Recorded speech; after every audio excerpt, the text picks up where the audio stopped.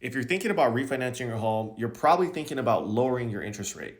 But I'm going to show you a client that I just helped. He's going to actually take a higher interest rate on his home, but we're going to pay it off in about 5.5 years, saving him about $120,000 in interest. And if you want to learn how to be debt free like this guy, make sure to save this video and follow me for more tips because I teach you every single day how we use the first lien HELOC strategy to beat the bank and make you rich.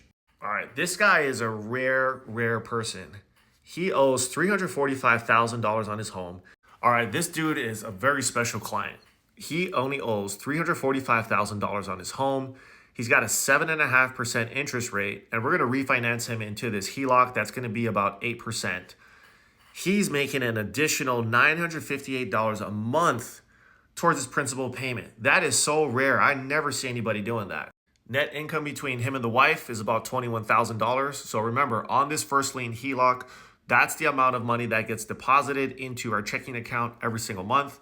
He's got about $60,000 laying around between checking and savings. We're going to reallocate that money from those accounts into our HELOC. And at the end of the day, after he pays all of his bills and expenses, he's got roughly about $2,000 left over. So because he's making that extra $958 a month principal reduction payment, it's taking his loan from 28 years down to 13 years. So he's already crushing it there. However, we are going to refinance into our first lien HELOC, and we're now going to pay off the home in 5.5 years, saving him a total of $126,000 worth of interest. 13, 5.5. And remember, I said he currently has a 7.5% interest rate.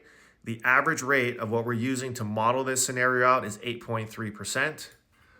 But because the interest calculations on a first lien HELOC is completely different than your traditional amortized mortgage, we are only paying $75,000 worth of interest on this loan.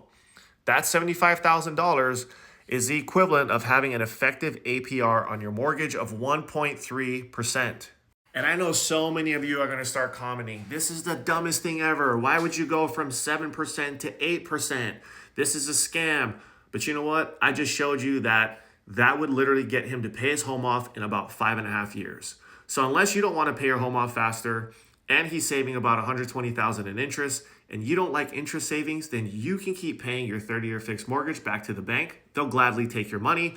Meanwhile, this client's going to pay off his home in 5 years, and he's going to retire that much sooner. Choose your own path.